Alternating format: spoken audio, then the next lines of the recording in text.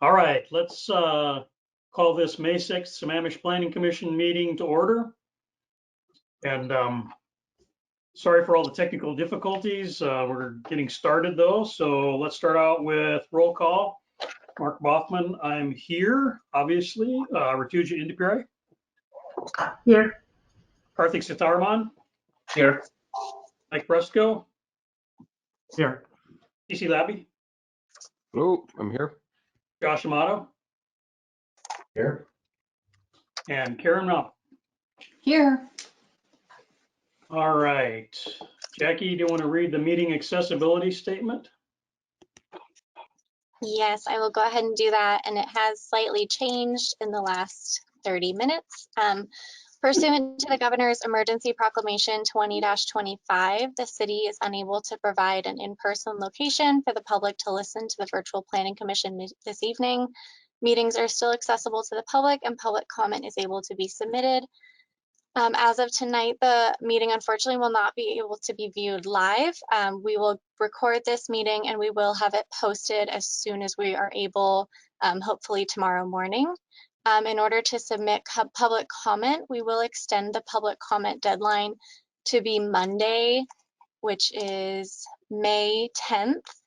So public comment can be submitted via email until Monday, May 10th at 5 p.m.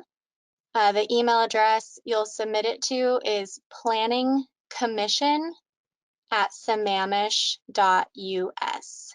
Again, in order to submit public comment for tonight's meeting, due to some technical difficulties, we will extend the public comment and it will be submitted written public comment to planningcommission@sammamish.us. I will hand it back to you, Chair Boffman. Jackie, can I just confirm, because I still see a couple of callers on here. If those are people calling to make public comment, they won't be able to make public comment, right? Not on the meeting. Let me hand it off to Kelly. Kelly, what are your thoughts? I'm not sure. I should be able to unmute the callers. Yes, Chair Boffman, I think we can do public comment for those who are on the line. Okay. For agenda and non-agenda. For those who are not able to view this meeting, they can submit their written comment up until Monday.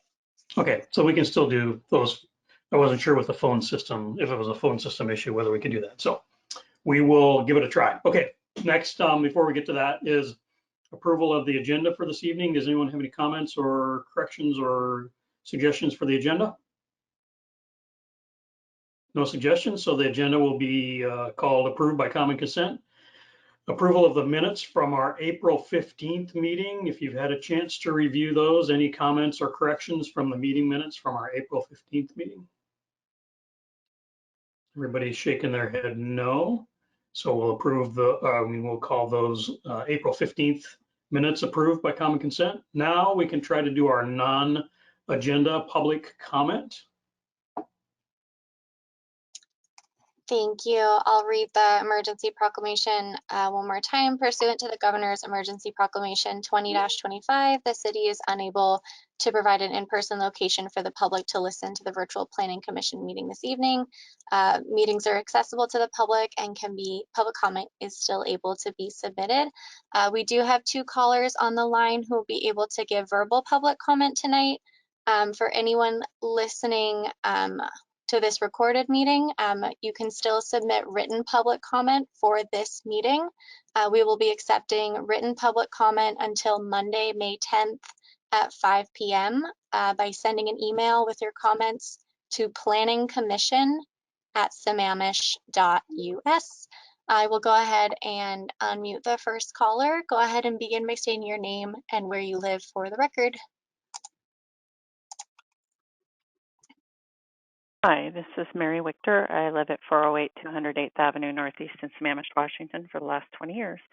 I wanted to talk about community character. For the last meeting, 415, I had emailed in something called Kirkland Bungalows. It's a nice thing to look at, and I didn't get any feedback from anybody. But just to give you the background, it's 2.2 acres. It has 16 single-family homes on it. So it could be zoned R7, R6 through R8. However, the way that it's set up is originally it was subdivided in 1906, and then in 2004, this subdivision occurred.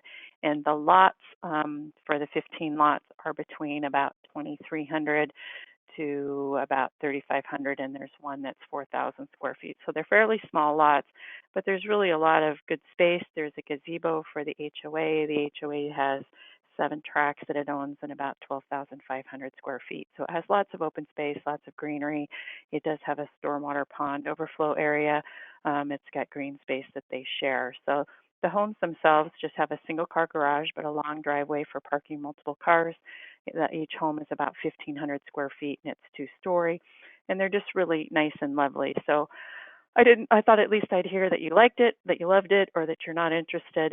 But it seems to me that either our current city code or the development regulations phase 2 that are upcoming, it would be nice that if this type of development was allowed by it, so it could be done, and also it could even be encouraged. So I just submitted that. If you didn't see it after the meeting tonight, I'll re-email it just so you have it. But I think it's very worth looking at. So I'll keep my comments short tonight because I know your meeting started late. Thank you very much for listening.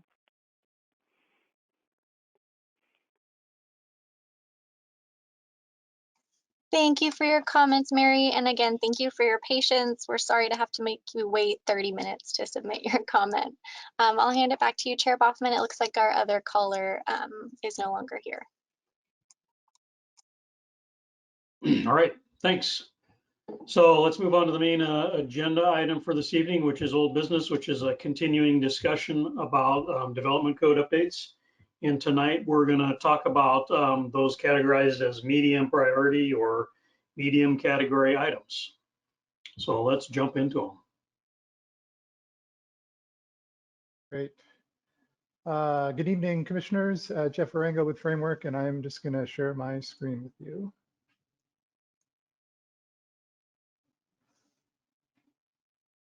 Sorry, wrong screen. Switch that. There we go. Sorry about that.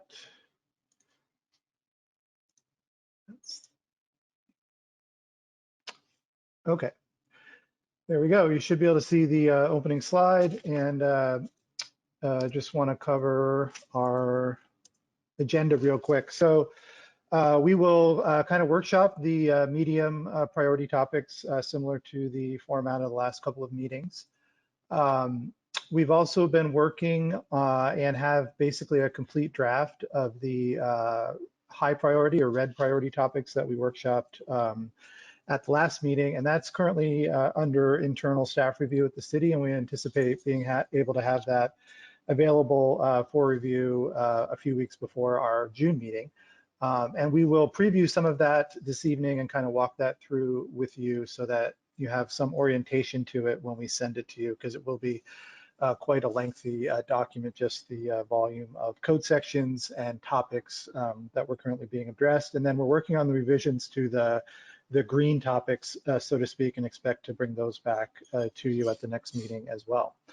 And then finally, we'll just give you a little bit of an update on the Unified Development Code that we've also been working on simultaneously. And we met with the city staff earlier in the week and kind of workshopped some of the elements of the Unified Development Code as well. So that's, we're making good progress on that as well.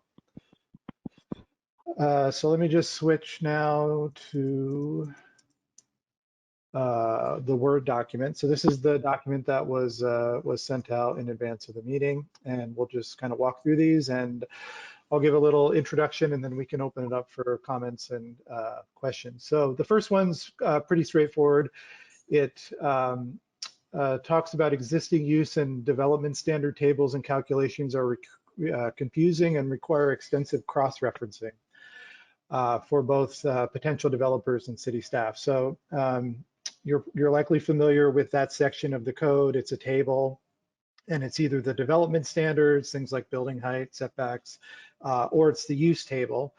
And oftentimes there's a footnote associated with particular use. And so you have to go down and there's a long list of footnotes. It's very sort of cumbersome to be able to navigate that.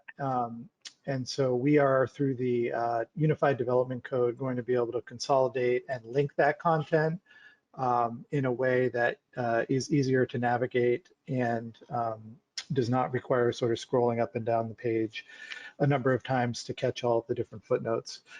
So that work is ongoing as part of the Unified Development Code, which we're in the process of wrapping up a very detailed outline that will take that high-level outline that we had showed you previously and start to take different parts of the code and place them under those main headings. So this, not really a whole lot to workshop with you tonight, but just wanted you to be aware that this is ongoing as part of the Unified Development Code. It's really going to improve the usability of the code and clarity. Topic number 5 deals with school development in residential zones. And it also is applicable to what we would call civic uses. So not just schools, but it could be, municipal office buildings or other type of public zoning uses. And cities will take different approaches to this issue. Some cities like Sammamish, will allow schools maybe in most zoning districts and certainly in the residential areas. Other cities will create a separate zoning district that would apply to schools or civic use properties, likely as part of some type of perhaps contract rezone or something that came up or was put in place in collaboration with the school district once the school was proposed. And that could be something that we look at in phase 3, but is likely outside of the scope of this effort. So some of the problems and narrative, schools are, again, primarily in residential zones, and they have, the same setbacks and standards essentially apply to schools as to single family homes. And as you can imagine, that those two types of development are very different, and I think would benefit from some variation in those standards. And one of the issues is also that there's often not adequate buffers between adjacent single family homes, both in terms of distance, but in terms of sort of design or landscaping and other types of buffer treatments. So this issue would apply both to large scale development, which would include school development, as well as, of course, single family, particularly those that abut schools. So the questions for the commission, do we think it makes sense to move forward with a set of civic standards that would apply under phase 2 to those uses in the residential zones? And do you have thoughts at this point about the potential of creating a school or civic zone as part of phase 3 would be another kind of question. So a couple of things I want to just point out from the strategy notes. Again, talking about issues related to transition, buffers, landscaping, sound attenuation, lighting, things like that. We want to also, and a lot of this would typically be addressed through a formal site planning process, which is typically something that's done more for commercial development or non-residential development. So it's not a part of the code that I'm as well versed in, since this project has primarily focused on residential development, but something I've dealt with certainly in other cities and on other projects. So the second bullet there says clarify when a commercial site development permit is required. And I took a look at that, and right now, and I don't know if this is sort of the city's commercial or site planning process, or whether there's another aspect in the code for that. I need to look into that a little more detail. But right now, the commercial site development permit is optional. So maybe one of the questions is, do we make that a requirement? If so, does that go along with requiring a type 2 permit application, either for all schools or for projects that involve critical areas or critical areas are impacted? Right now, I think the review is a lower threshold in terms of the review process. So those are kind of the issues we're looking to get feedback on. I know it's something we talked about early in the project, but haven't talked about in some time. So I will pause there and open it up for comments, questions. Anyone have any comments? I do. This is It's TC. really hard. Oh, It's really hard to know how to give a good answer on this when there's no positives or negatives given to us on one way or the other with some of these things. So the answer, I guess, is I have no idea. Or, clarify when so it's hard to give an answer. Okay. Yeah, no, Jeff, that's fair. Yep. Jeff, can I just add on to that? One of my question was kind of the same in that I'm struggling a little bit so your 2 bullet points there. I think I understand the difference between the two. One is putting some brackets around requirements and the other one is creating a whole new zone in the code. Practically speaking, is there any much real difference between those 2 choices? Wouldn't the zone just then incorporate all of those things that would be in the first bullet point into a sub zone category? Yeah, I mean, there's definitely overlap in terms of the standards. But if you had a specific civic or residential zone, it would probably have a much narrower set of uses that would be put in place. And it's also just a bit more of an effort to establish a whole new zoning district. So I think one way to address this in terms of the progression of the phases of this project would be to draft the standards initially as part of phase 2 that would go into those residential zones. And then if we move forward with creating a civic district as part of phase 3, then we would migrate those standards and come up with a new set of uses that would apply there. So I think it puts a little bit more of a box around it, I guess, in terms of establishing a new zone. But in terms of those specific criteria and how they apply, I think there's definitely similarities in how that would work, whether it's one district or just in the residential zones as they are today. So that's one piece. And then I would say, I think in terms of our recommendation or our direction, we do think thinking about the review process and maybe bumping that up a little bit is a good thing to consider. And then making sure that you have a site, what we would call a site planning process, that it's more than just like a building permit for a project of this scale. And so that speaks to the second bullet. And I think we would recommend clarifying, if not requiring, a site plan application for something like a school development.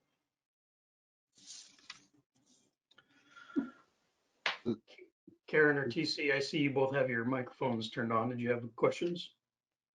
Well, I'm a bit confused here, but I'll just ask my questions anyway. It seems to me that a civic use is quite a bit different from a school use, or maybe the school use is quite a bit different than the civic use, in that with a school, you have children and you have lots of them. And so I'm kind of wondering, why are we grouping the two together? And then the second question I have is, I'm assuming that building code for schools takes into account all the safety factors like earthquake or whatever it might be. Mm-hmm.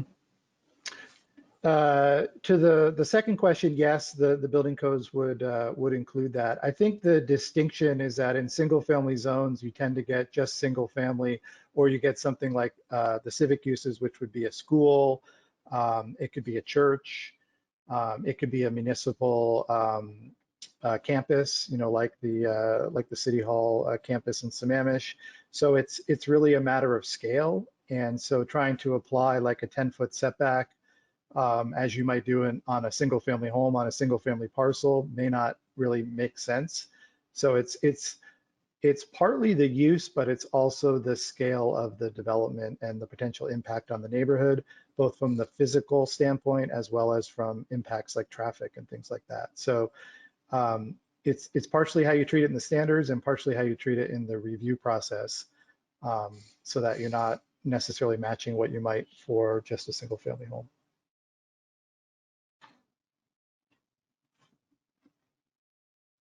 I think that adding a separate category or a separate use zone would be helpful from the standpoint of being able to delineate what it is that's actually able to transpire on the properties. Yeah, I think that's true.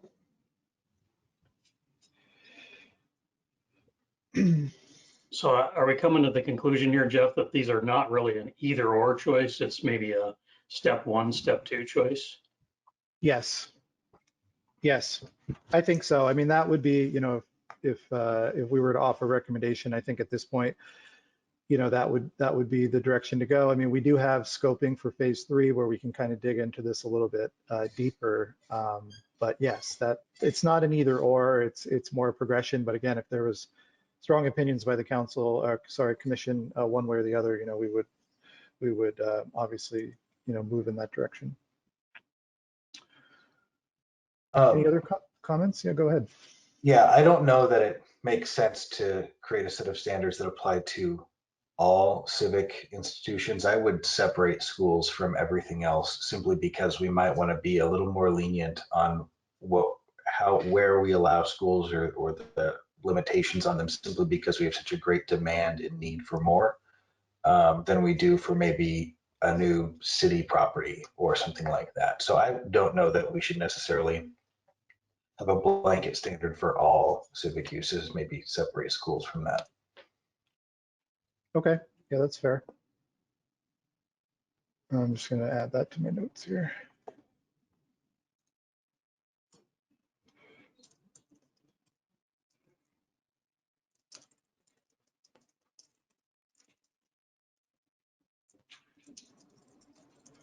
Great. Any other comments on this one?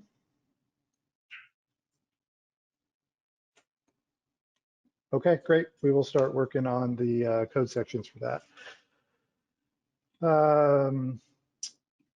And next topic's number 7. And there's a bit of crossover with this topic with some of the others that we've discussed, but there's a couple things going on in number 7. So first, there's really no required baseline low impact development standards. Probably the closest thing this city may have is in the town center. There's some specific LID standards that don't appear elsewhere in the code.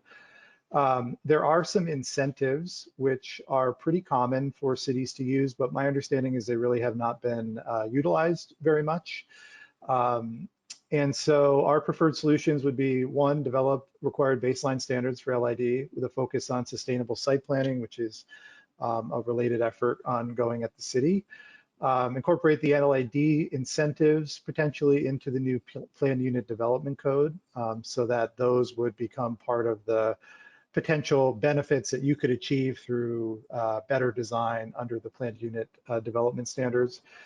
So that's something we want to hear from you on.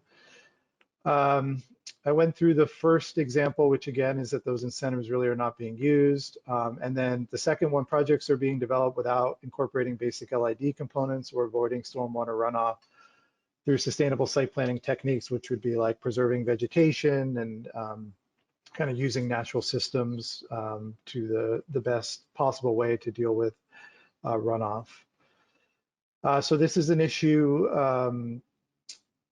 both for large scale and for small scale. Large scale, mainly in the sense of like subdivisions and things like that, because you have runoff obviously from your streets and other potential infrastructure. So the question is, should the city have a set of baseline LID standards that apply to all residential development, perhaps with some exemptions for minor construction activities, particularly for existing homes? The second part of the question is, should these standards apply to single family homes, and if so, how? And I would say that, typically, this is the case in Sammamish, standards for single family homes are typically not as strict, but I think you can start to address this somewhat through the subdivision process, right? Because that's really where you're creating the bone, so to speak, for how runoff and stormwater will be dealt with.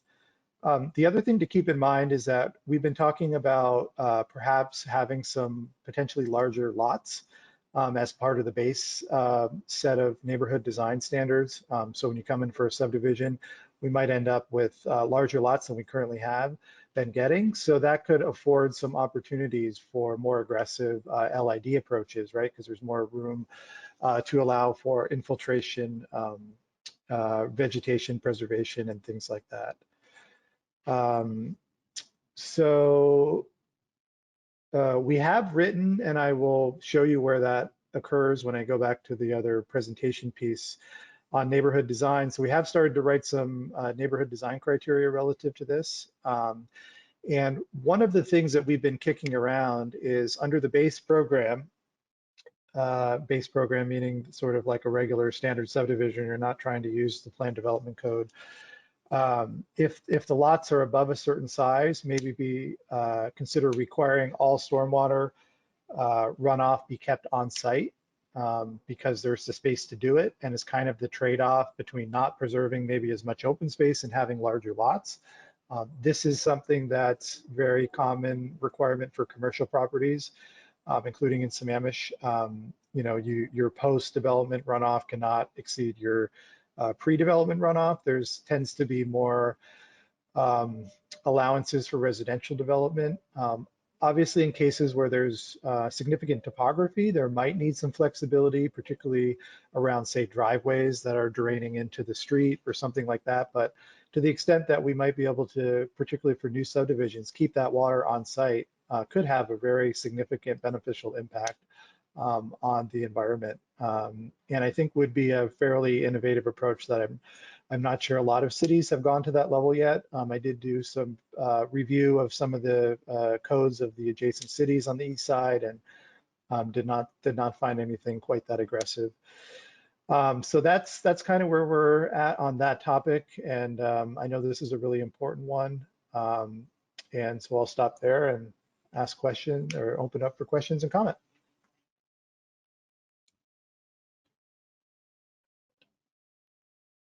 Anybody have questions or comment? DC?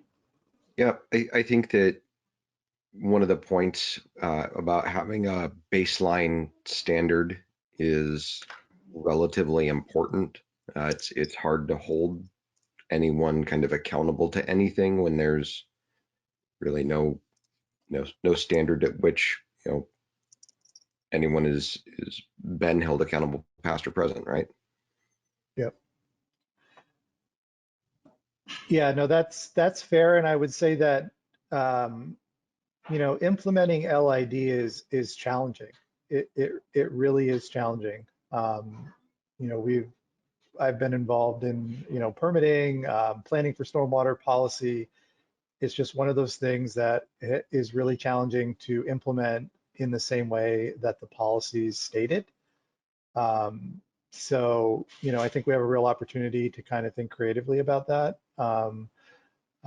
So I think, again, stormwater is maybe the most important environmental issue in the Puget Sound. At least some organizations would say that. And, cumulatively, if you could treat your stormwater on site for new subdivisions, I mean, this wouldn't be a requirement for existing developments, which are designed and graded, based on, how the sites were engineered. So it's hard to go back and necessarily retrofit those. But certainly for new subdivisions, I think there is an opportunity to be able to do that. And it's certainly something we heard a lot about from input with the advisory group, and I know is something that's embedded into the city's comprehensive plan as well. So thanks, TC. I agree. I have a question. It's good to implement the standards. Is the city already staffed to inspect and make sure that these standards are being adhered to? Or would that involve additional expense or additional staff for the city? Yeah, good question. I obviously can't speak to the direct staffing issues. I do know, from our conversations with staff that obviously, the staff is stretched thin in general, and enforcement's always a challenge. But there are a number of things in here that deal with kind of the issue of enforcement, and some of them we're going to talk about in a minute. Some of them we've already talked about. Things like construction management plans, construction monitoring, and then of course the enforcement piece. And this is an issue both during construction, right? You have runoff issues during construction and your erosion control, and then you have sort of the maintenance and upkeep of the systems after. So I think, the city is going to have to look to make sure, it has adequate resources. The other thing that we're going to do to kind of be as efficient as possible is try to leverage the applicant or the developer's qualified licensed professionals that can be involved in sort of self-certifying or verifying based on their professional credentials that certain things are required, and then they can be reported to and verified by the city. A number of cities have started to go towards this approach rather than just, waiting until someone complains or a violation happens to be discovered in another way, that there's actual upfront reporting and responsibility for the developer, as well as communicating that effectively to the neighborhood as well. So I think it's definitely an issue we have to work through. And I think it's not just with stormwater, it's going to be a number of issues where we'll have to make sure that there's the adequate resources to be able to implement these changes and leverage technology when we can. But it'll be an ongoing discussion for sure. Good question. And if I could add, Jeff, really quickly, I think that's actually a fantastic question. And thank you for asking that, because as we write these standards and requirements, we do need to be mindful that there is an enforcement, there is inspection, obviously, during construction that will require resources. But it's just because these are our policies, these are our goals as a city, and when we implement them through development regulations, we just need to make sure that we can enforce it, we can inspect it appropriately and adequately. So I always welcome those questions, because yes, we will require more resources to do that, but I think as a city, we're very supportive of that. Thanks, Kelly. I think, make no mistake about it, I'm fully supportive of having standards, but I'm just thinking that the way we are approaching these coding, uniform code development and standards, I think maybe it should not be like a piecemeal questions like that, but maybe it's an overall, here is what we are going to do, here is the additional stuff that the city requires, here is the additional investment, and so on. It's just a thought, but thanks for the answers. Kelly, correct me if I'm wrong, but I believe the city has an upcoming rate study as well, and that could be an opportunity to look at, your resources, your cost recovery, and those types of things. Absolutely, absolutely. We do have that. I believe that request for proposals is going out tomorrow to hire a consultant to help us with that project, but we are going to be doing a review of our permit fees. And that analysis will hopefully lead to making sure we're on track with our permit fees and they are covering the cost to, one, review, inspect this work. And it's just good business. So that is happening this year. That is on the work program and it's underway. Great, good timing. I have another question. Okay. Would adopting any type of LID standard aid us in easing any of the other restrictions that we have elsewhere? Like, I know right now we have kind of the sewer concurrency issue that's kind of running along with this. And if we were able to, I don't want to say mandate, but kind of direct more of some of what that capacity is, like stormwater runoff, into on-site treatment, would that then mean that we not could ease the standard, but would be able to gain transactional units or volumetric capacity that might otherwise be utilized by something like stormwater runoff? That's a really good question. My initial thought is no, because the stormwater systems tend to be sort of designed just for that particular development, whereas like a sanitary sewer, is obviously going to a centralized collection facility, and so you have an overall capacity issue. But the part that I'm intrigued by, which I just sort of thought of based on your comment, is if we're able to reduce the amount of runoff that, say, goes into a large stormwater facility, right? I mean, there's stormwater ponds all over the city, vaults, things like that. Those are can be quite a burden for the city to be able to maintain, or for the community to be able to maintain. So to the extent, like in this proposal, if you were able to reduce the amount of runoff that needed to go to a centralized facility, you could potentially significantly reduce the cost and labor and whatnot to the city for maintaining that. So that could maybe open up some resources for potentially other things. So I don't know if that answers your question, but I think it does give you some ability to think about what it means in terms of maintenance and resources, because everything is, other than the streets, would be handled on site, through infiltration where it's feasible. I mean, you obviously have cases where it's less feasible than others because of soils or other things, but I think it would afford some opportunities, definitely. Yeah, and I would just add, I agree absolutely with Jeff. I think when it comes to LID and stormwater management, it's very site specific and it's dependent on the site conditions, infiltration, which depends on soil conditions, and it differs. So it has to be studied at the site and project level. So I would be concerned about trying to ease up restrictions as a overall for the city, because again, it's very specific to a project site and what existing conditions are there. So LID, when used on a project, on a site, it could help if the infiltration is there and you have the water quality treatment, you may be saving money in your stormwater system design. So there's where you can see that that benefit.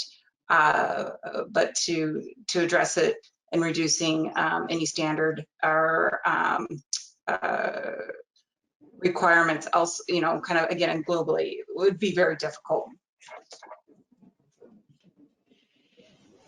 Josh? So my question kind of gets to, Kelly, what you were just talking about, which is that LID is very site specific, and the success of LID, again, being very site specific, my concern is having a baseline standard apply to all developments could result in some really bad impacts on anyone who would be, downhill from a site that won't take to many aspects of LID very well. So yeah, one, I'm curious about that and the impact that will have there. And second, we're also working on stormwater standards in a separate section of the Planning Commission. So I'm curious how this coincides with that part of our work. I'm assuming they don't compete, but I'm just curious about that secondarily. Not a big deal, but my big concern is a citywide standard for LID seems like it could result in some really bad results. Yeah, great comment. So, that, and this is, I think, one of the challenges with LID, right, is LID, you think about environment and infiltration and vegetation and all that stuff. But, the root of stormwater standards were about flooding, right, protecting property. And so that doesn't go out the door, right? That's still front and center in anything that's done. So things like the King County Surface Water Manual that the city's adopted, very detailed standards around, accommodating certain flood levels and minimizing risk to property and things like that. All of that still applies. Also, like any LID code, it has to have a measure of flexibility to determine feasibility. I think where LID codes fall a little bit short is they don't necessarily differentiate between certain approaches. And so I think some of the approaches like vaults and large stormwater ponds that aren't necessarily the most natural looking tend to be the kind of the default. And I think there's actually much better practices in certain cases. So we would use this project to try to get the best approach we can, but certainly would not shortchange any of those engineering standards, which are always critical. Yeah.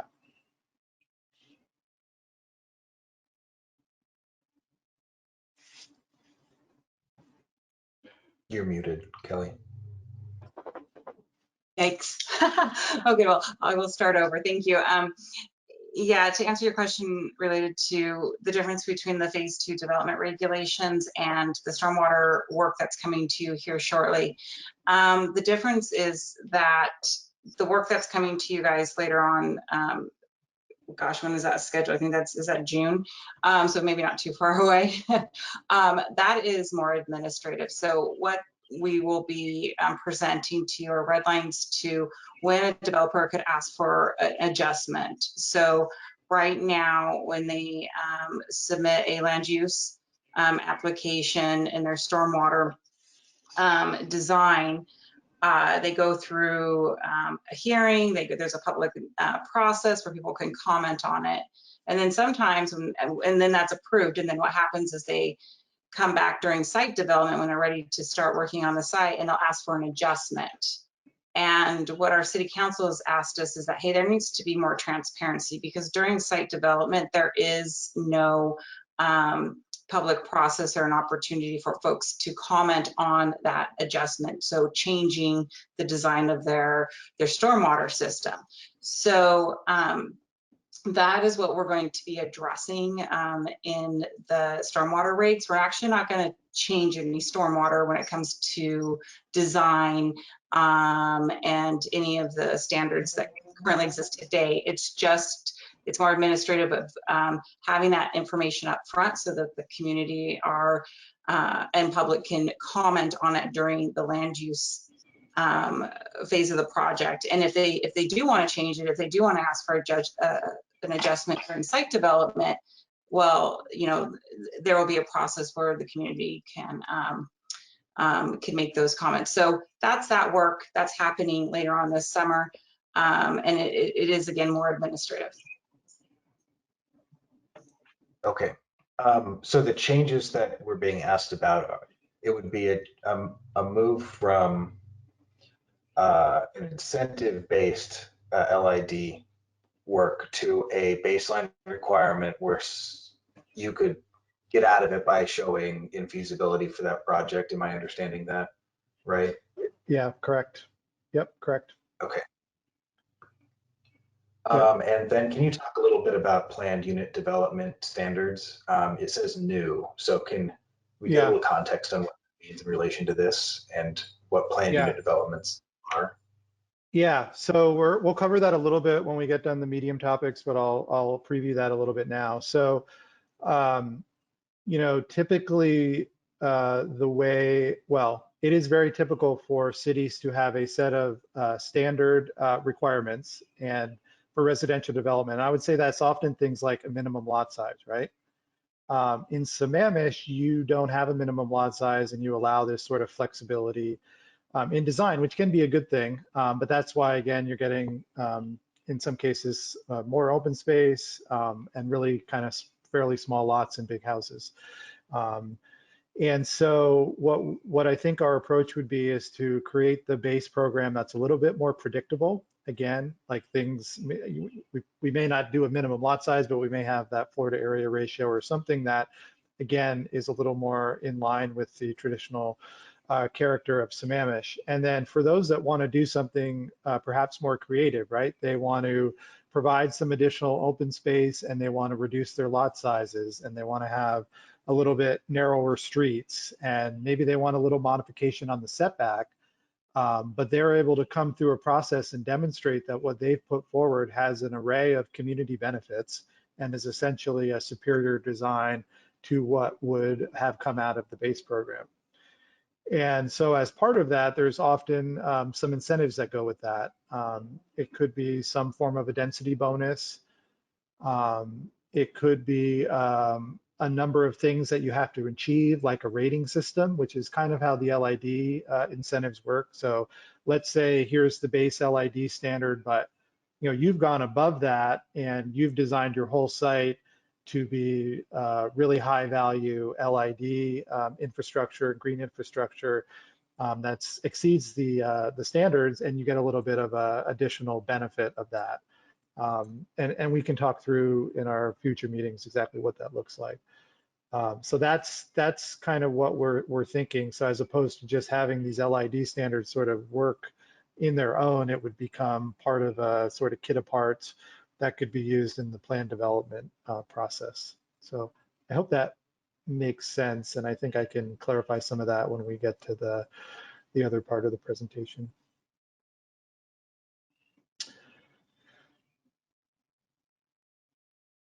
Jeff, I had a couple comments. I wanted to just sort of pile on a little bit of what Josh said, but a couple comments here. One is, I guess I'm very interested in maybe a better understanding as we go along with this of what other communities are doing that may have worked or may have not worked. I mean, you mentioned that you looked at a couple of maybe the East Side communities here, but maybe a broader view of around the country. My perception is that this is a potential for it. It's one of those things that sounds really good, and in practical implementation can become complex and difficult. And the rules that seem really good at first, then when they're applied, get to be not so great and don't work the way you intend. And that's why I'd like to be cautious about not trying. I would recommend caution in inventing something that's untried. I mean, a little bit is good, but not too much, because there can be a lot of unintended consequences. And in particular, I wouldn't want to, either create a situation where we have standards that end up only applying to 40% of the properties and 60% of the properties they don't apply to because they don't work. And there's a perception of imbalance in the way those kinds of rules get applied.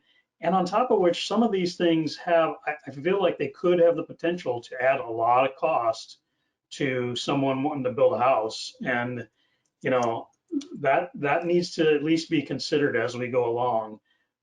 Is it getting at the value for the community that's intended in comparison to the cost that it adds to someone building a house?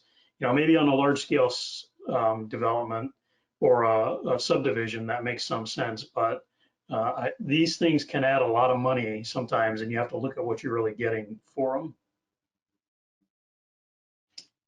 Yep, good comments. I agree.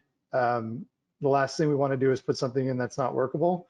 And I think your point's well taken about not necessarily being too aggressive, and maybe it's something that gets built up over time. So thank you for those comments.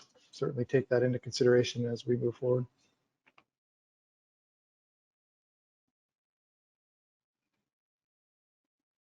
Anyone else have comments on this one? Okay. And we can bring back some examples. We do, again, we have the examples from the adjacent communities. Also, our subcontractor on the project, Code Studio, has a great experience with doing codes around the country, and they have some examples we could bring forward too. So we'll plan that for one of our future meetings. Okay, moving right along here. This one is fairly straightforward, I think. And this is topic 6. I'll just blow my screen up just a little bit, make sure you guys can see it. So this deals with reasonable use exceptions. So this is primarily an issue with critical areas where, it's because of the critical area and buffers, there's no developable or not sufficient developable area to allow a reasonable use of the property. And so this is often a legal process to determine sort of what's reasonable. And so in the case of single family, lots, that's typically a home. It could be something else potentially, but that's obviously the most common. So right now, I believe this is a director decision or a staff decision. And so one of our preferred solutions would be to have this as a review by the hearing examiner. And there's a couple of reasons for that. One, the hearing examiner is a bit more of a public process. So if you're in a butter to a development proposal, you sort of have a forum to be able to voice your opinion. There's a little bit, there's a strong sort of legal record and justification for it, and ability, I think, to build up some precedent over time in a little bit of stronger way than you might with just staff review. So that's, I think, one of our preferred solutions. And then the second one would be to develop some criteria that would help with that analysis, right? So regarding what is reasonable. What is the process first for considering what is a reasonable use? Is it only a home that's reasonable, or is there something else like recreation property or something like that? That may not be a reasonable use of the property, but that's one of the things that they would first look at. And then you get into, well, what's a reasonable sort of reduction in your buffer to accommodate a reasonable house? Is a reasonable house a 4,500 square foot house because that's what they built next door, or is it something else, right? It's all those sorts of kind of legal questions that you have to wade through. Again, I think it's been difficult for staff to kind of determine what constitutes reasonable use, particularly related to the size of a home when you're dealing with building in a critical area. And again, sort of lacking this formal public review process that would be afforded by review by the hearing examiner. It's an issue of both small single family and larger scale development. I think it probably plays out more commonly in the sort of individual lot situation. So questions for the commission: should these be reviewed by the hearing examiner? And should we develop criteria that would help the hearing examiner be able to make those decisions in a reasonable way? I'll stop there and So ask any questions or comments. Yeah. What would the hearing examiner use to make a decision on such exception requests? Yeah. So they would use the code, whatever is in our code. If there's applicable, state laws related to it, they would use it. They would also use case law, and that could be case law from not just in Sammamish, right, but from cases that have gone to the courts and been decided. And then testimony, right? They might look at the context of the area, what's been built around it in terms of the reasonable use piece. And then they would consider, as part of the code, any new criteria that we developed. So it's kind of those pieces that they would look at. Yeah. So that's where I think my concern is, because case laws and court cases from some part of, I don't know, the county or the state may not necessarily apply to the city of Sammamish, for example. Density. It's a hot topic within the city right now, right? I mean, yeah, we have a lot of land, but can we accommodate that dense of a population? And I think one of the problem statement is very clear: large homes being permitted on highly constrained lots in critical areas and buffers. Are we going to prevent such things by just going to the hearing examiner? It seems to be that we are replacing one human with another human. And I actually see this, whoever we are replacing with has a broader, set of rules to play with, and may not even, it may not work to the right advantage that Sammamish should have. So I have concerns about involving hearing examiners. So yeah, that's fair. I think one of the benefits of the hearing examiner is they're sort of they're very experienced in land use law. So you might, even though they're not as maybe locally focused as the city staff, they do have that stronger background in sort of land use law. And then I think the other piece is that to go with that, those criteria would help guide it, right? It could maybe there's a limit on the size of a house under a reasonable use provision, or something related to the size of the house relative to the size of the lot. The other thing is that those standards that we're developing that will apply to all lots would also help with this issue a little bit, right? Because we are going to have some caps on how big that house can be relative to the lot. So there's some things we're doing that will help, but I think to address your issue, I think the standards piece would be the piece that would help guide the decision, the hearing examiner, and make sure that it's consistent with what the community wants to allow in those types of situations. So I think those are good comments, and I think we hear that a lot with communities when talking about whether to go to a hearing examiner or not, or whether to use, local staff or a local board. Concerns about sort of not having that local context as much. I think one of the points that you had brought up was the lack of visibility. Is there a way to add some of that visibility while retaining some of that being at the departmental level? And then the follow on to that would be, if there is, I don't want to call it an adverse reaction, but if the judgment, I guess, if you will, of the city staff is not favorable towards the person applying, is there a process that allows for them to revisit that topic with the hearing examiner? So is there an escalation process? Yes, there is. I don't know exactly how it works now. I assume any appeal of a staff decision goes to the hearing examiner. Cities have some local control over how appeals work, but yes, you're absolutely right. That would be another way to go. And then your first question, the answer is yes. You can beef up that process both in terms of noticing and for how you accept sort of public comment.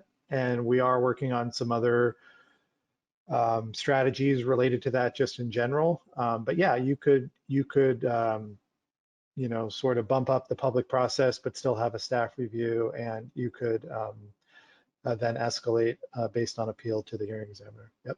I think that in my own perception, adding some of the kind of administrative overhead to staff level decisions, but maintaining the hearing examiner as that point of escalation doesn't simply put the entire workload on the hearing examiner's plate. Mm-hmm. Yeah, that's fair. And I'm not actually clear on how many of these types of applications get submitted, but that's something we could look into. Okay. Jeff, would this apply to like an ADU as well?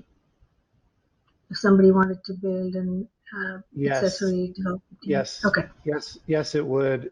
And it might apply in the case, like, let's say 10 years ago, someone built and they had to, they had a 100-foot wetland buffer, let's say, and they had to reduce it to 50 feet to allow a reasonable size house. Then they could go back and ask for another reasonable use exception to build the ADU. And that's actually an interesting topic, right? I mean, is an ADU reasonable in a case where you're in a critical area? I mean, those are the types of things that get sort of clarified through this process.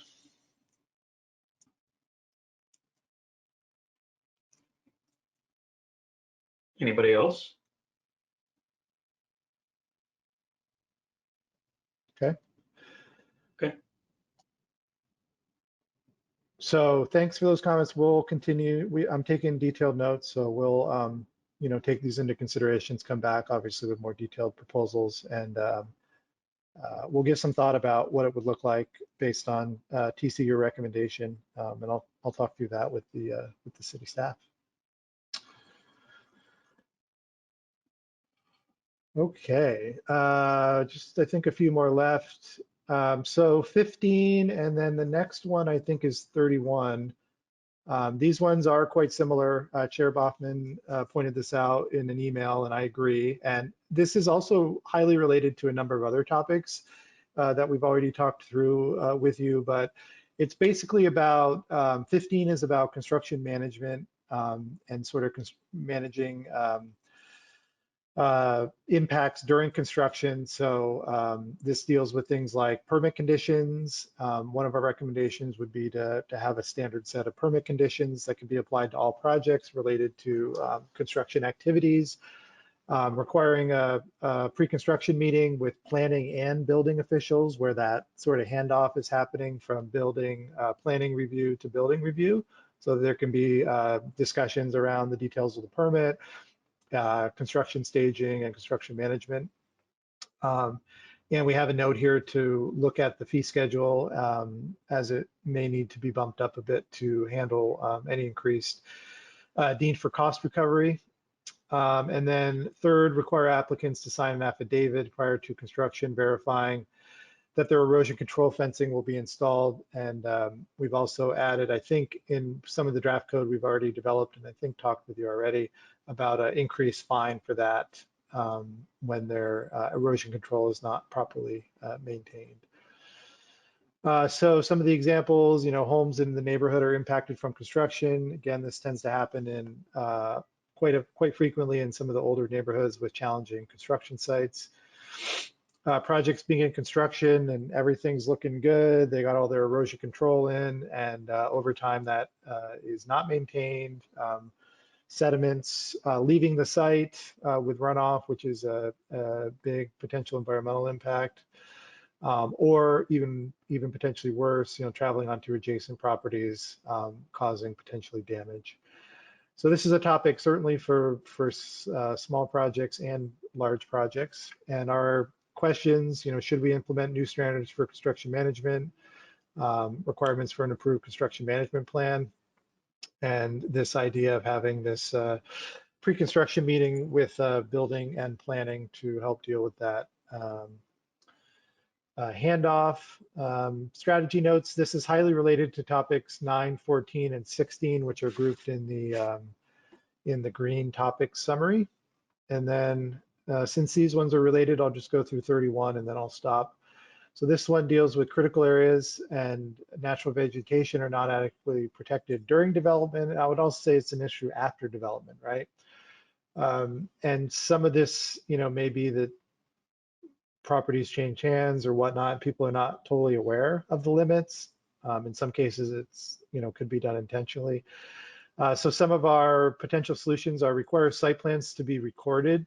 And those would be recorded with King County, not just, in the city files, but if you purchase a property or do a title search, this would come up and that would show the existence of critical areas. You can also have sort of notes in there with the site plan identifying any other features that aren't shown on the site plan, showing things like trees and drip lines and clearing limits and landscaping that needs to be protected could also be recorded on that site plan so that any new owners are aware and there's sort of no confusion around what the obligations are. So the examples are pretty much what I described, vegetation and critical areas that are meant to be maintained in their natural state are encroached upon, perhaps slowly over time or over one particular action. Trees that are identified for protection are impacted during construction. So maybe their drip lines are impacted, they're not properly watered, and things like that. And then eventually they become hazard trees and have to be removed, which is contrary to the goals of the city and the approved plans. So one of the questions would be, do you agree that single family site plans should be recorded so that things like critical areas are identified up front? And I think that's it. I'll stop there and first go back to 15 and open it up. Can you scroll down just a tad so we can see the questions?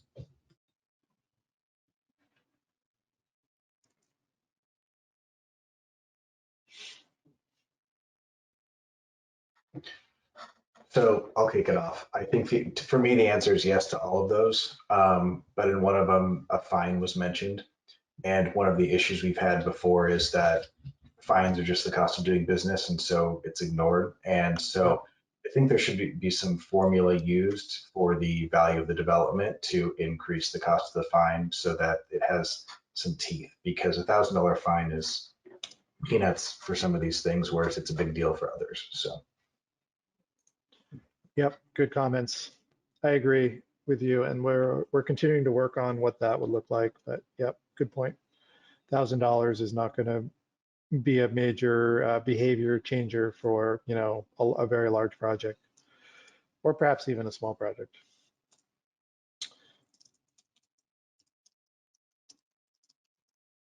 What would this mean for somebody building just one home in their lot? Yeah. How onerous would this be going forward for them?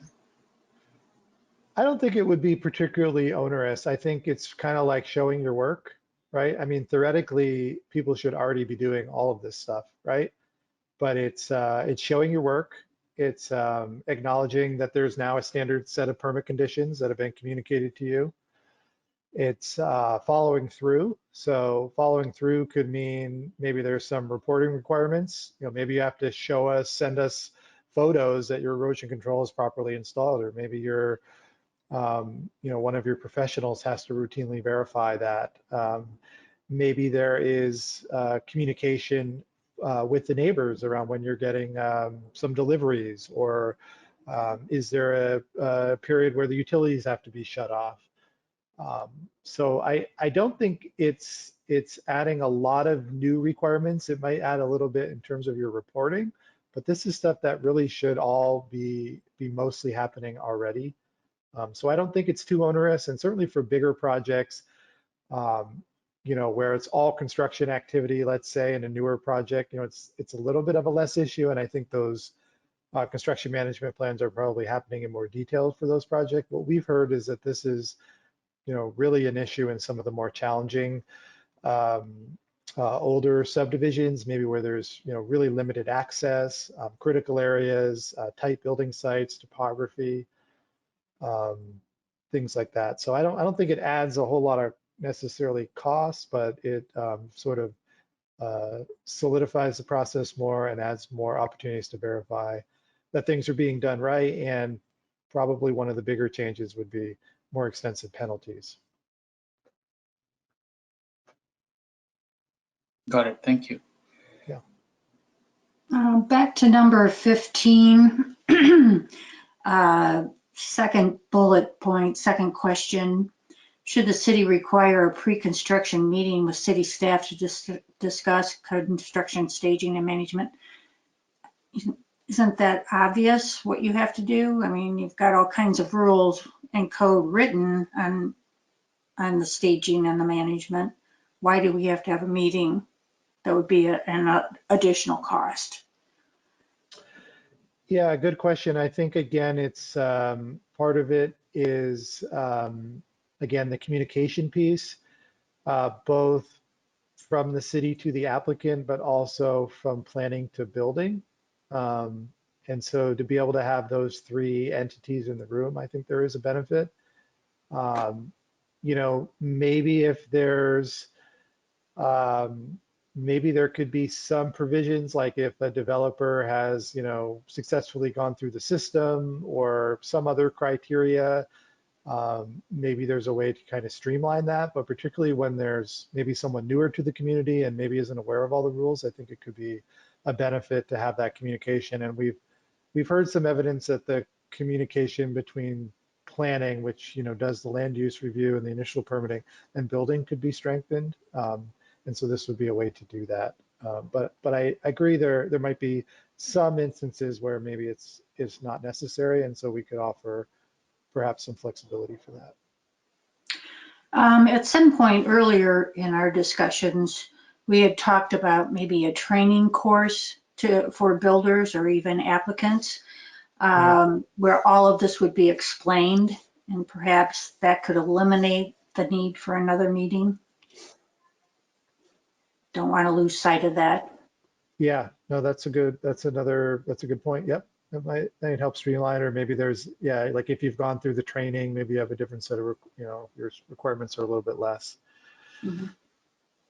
Yeah, good points. I'll discuss those with the staff that are involved in, or would be involved in those types of meetings. Thank you. Yeah, actually, just maybe a counterpoint is, several months ago, we had a somewhat similar conversation and really landed on the benefits of that communication early on in the project to make sure everybody understood what was going on, so that there wouldn't be issues later on, and those issues getting later on tended to cost more. So it's sort of a pay me less now so you don't pay me more, later type of a formula. So I think, Jeff, when you have that conversation, you should also bring that up as well. Yep, will do. Thank you.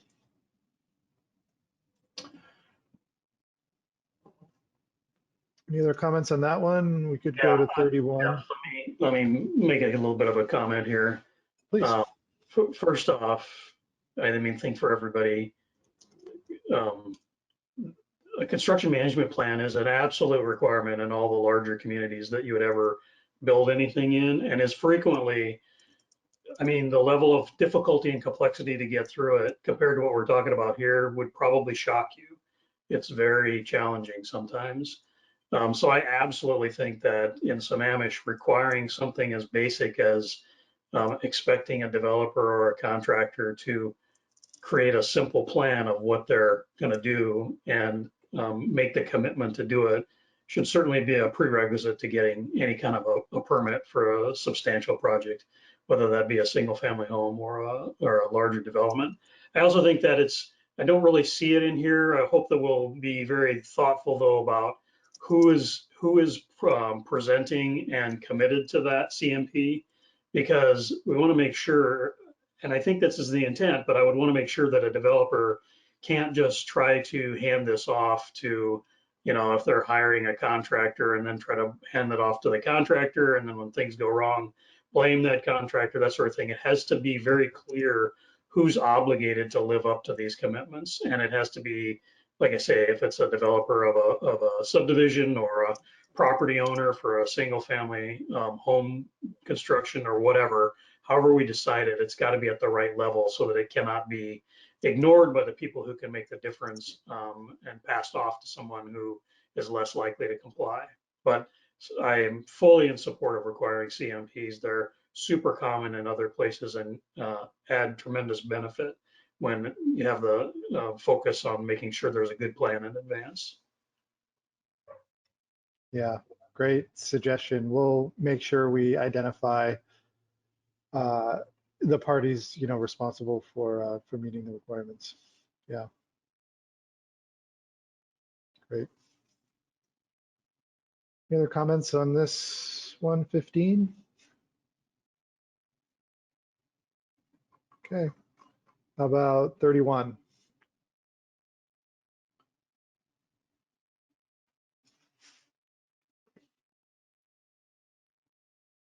The reason I had made the comment, Jeff, about these being similar is it seemed to me like this could just be part of the construction management plan. So when they're showing their erosion control fence, they show their tree protection and add a couple notes about, related things that they're doing. It seemed to me like it could streamline it by just combining them together. Yeah. Maybe that's wrong, but that was my perception of what's written. Yeah. No, I agree. Well, we'll combine them when we draft the code for the next meeting. And we may even be able to combine them with a few others as well that we've been working on that are related. Okay.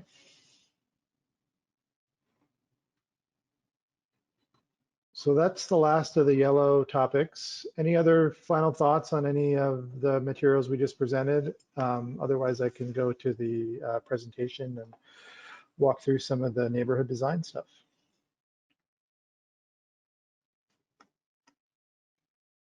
Okay. Oh, sorry. Sorry. I don't have anything about tonight's presentation, but just on all of the code in general. It seems to me that in many cases, we're reacting to large developers who come in. They're not residents. They come in, they buy a lot of land, they develop it, put crappy houses on it, houses we don't like, and then they take their profits and go. And the single family homeowner or the person who wants to build a home on a single lot, it has these very constrictive code to adhere to. I'm wondering if there has ever been any thought to a set of codes for developers and a different set for single family.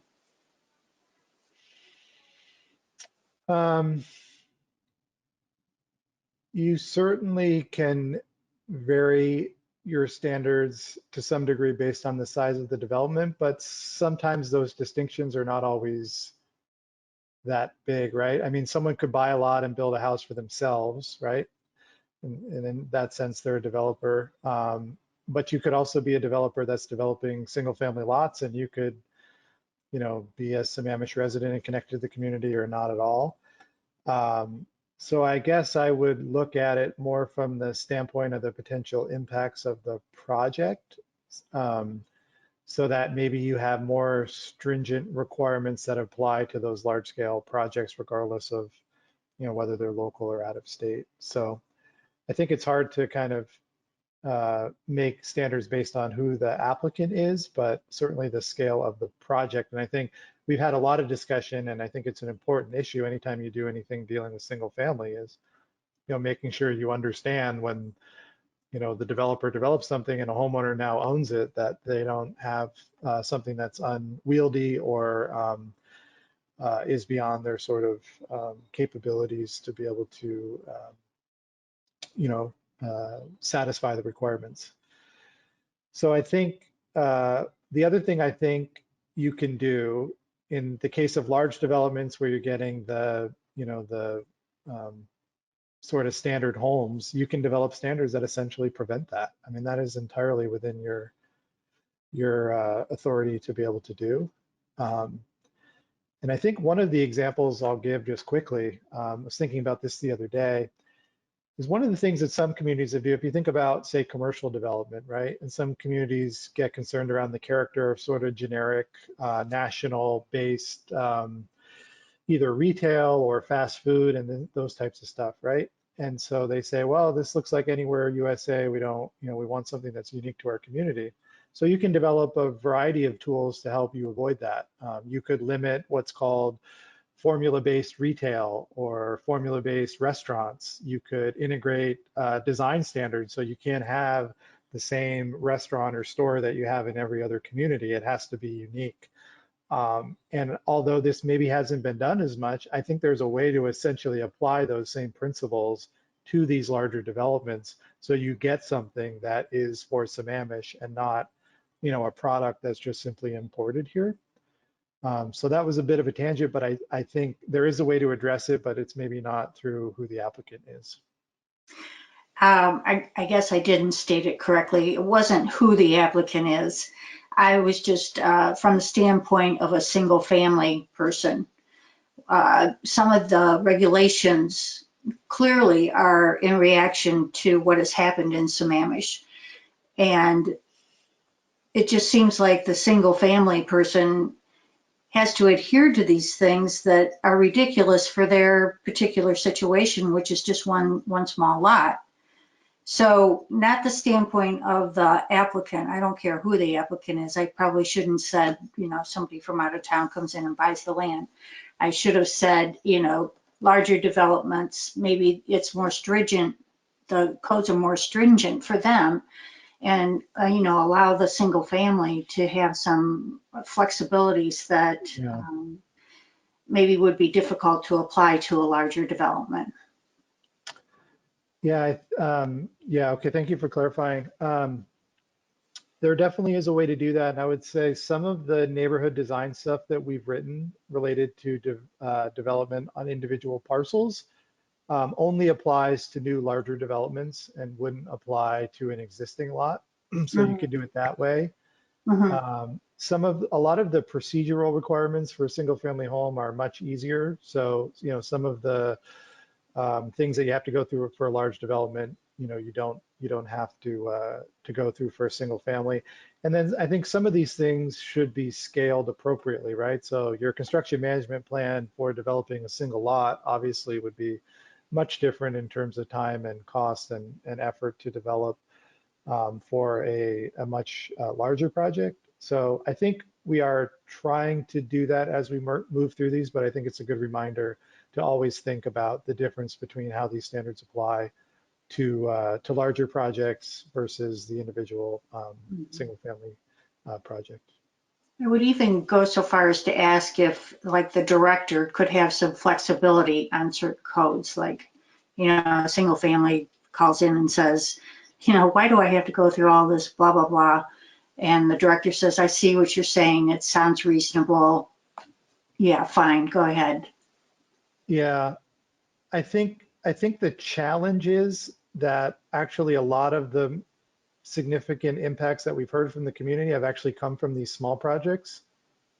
And so I think the concern is if you loosen up too much or don't put in strong enough standards, you're going to continue to get some of the issues that have been developing. And again, maybe some of that can be sorted out with some training. Maybe there's some different procedures for people that have gone through the process successfully, and there's a stronger understanding there. So I think there is potentially some ways to do that, but I would be concerned that it wouldn't catch those situations where people may not be acting in good faith. And if people aren't acting in good faith, then you need sort of procedures in place to be able to deal with that. Thank you.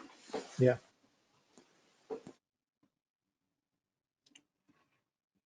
Okay. One last final call for comments, otherwise I'll go to the presentation.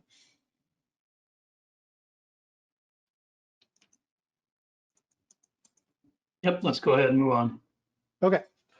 So here's the presentation. We already went through the agenda. So as I said, we have a draft of the neighborhood design section, and we've also been working on some site planning graphics. So at the last meeting, the commissioners asked us to bring back some graphics diagrams that would kind of show what different floor to area ratios look like in relation to the lot sizes. So we've done that.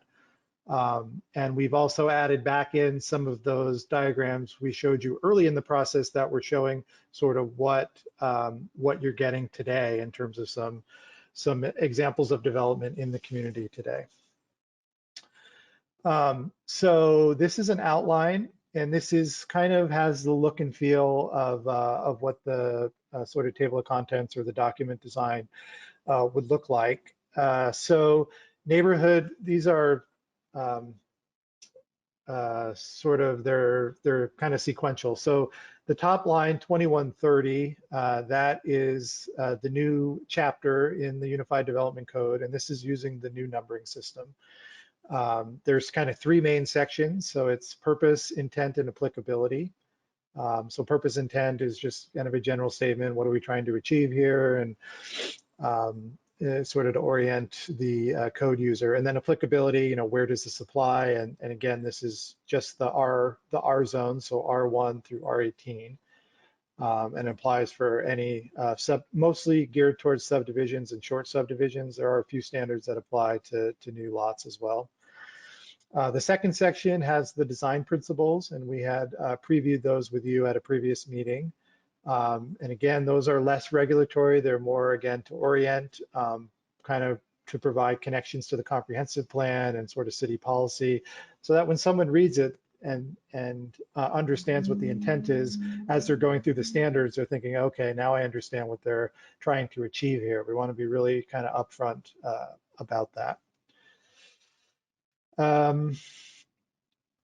And then, so the design principles you see there at the bottom, we have 4 of them, and they're basically the title for that section. So preserve ecological functions of the land, maintain, and there's more obviously content and explanation below these. These are just the headings. Maintain a green Northwest character, a well-connected community, which is part of the city's vision statement, and then family-friendly neighborhoods with amenities for all ages. So you'll see those fully again in the draft code when we send that to you. And then the kind of meat of it is the neighborhood design standards. And so far we have A through G. First one, protection and integration of natural features. So this is about, sort of understanding what's on your site initially and that sort of context. What are the natural features? Is it forested? Is it already cleared? Is there wetlands on the property? Those sorts of things. And how does that get incorporated? How does the project get designed to fit that versus that landscape get manipulated to fit a predetermined project, right? It's sort of, we're trying to flip the script on that. Streets and connections. So this is where we would address things like block lengths and connections, not only just for vehicles and for streets, but for pedestrians and trails and things like that.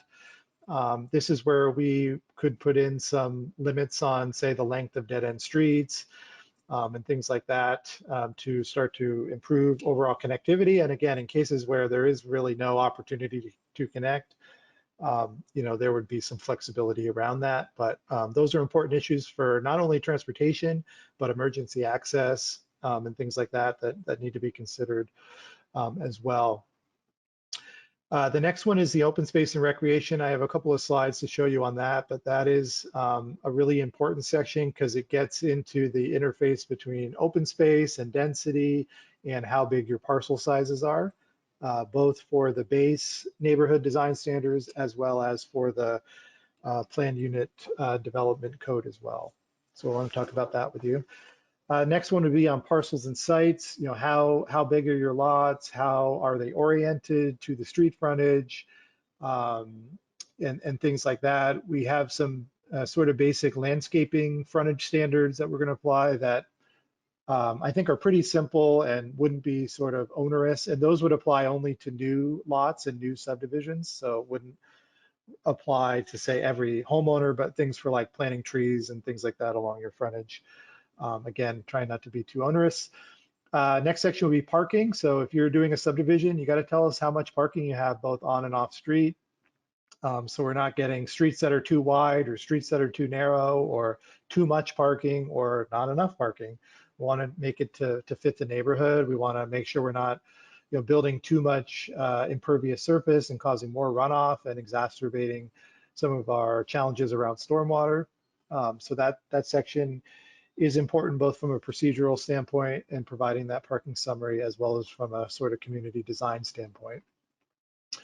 Arterial frontages, which we showed you last time, but again, providing forest buffer, providing open space, stormwater, not having big retaining walls in the backs of houses fronting on arterials. This is one where we would continue, I think, under the base program to allow any arterial frontage area that you're providing to be counted towards your density, so you're not penalized for that. And we can talk through that, how that would work. And then the last piece is what we're calling sustainable site planning, but this is where we have the standards around thinking about LID again at that neighborhood design level, so that you can implement principles of sustainable site planning. So that's kind of the overall outline as it stands today. And as I'm going through this, if anyone has questions, feel free to speak up. So the open space requirements are a really critical kind of decision point for this project. And as you know, the only way that, like in the R4 district, you're getting to lot sizes of 5,000 square feet is because they're providing extra open space, which on face value could be a great thing. But there's really no criteria for that open space function. What is it doing? What is the series of community benefits? What are the trade-offs of open space versus maybe having more open space on the individual lots and having larger lot sizes?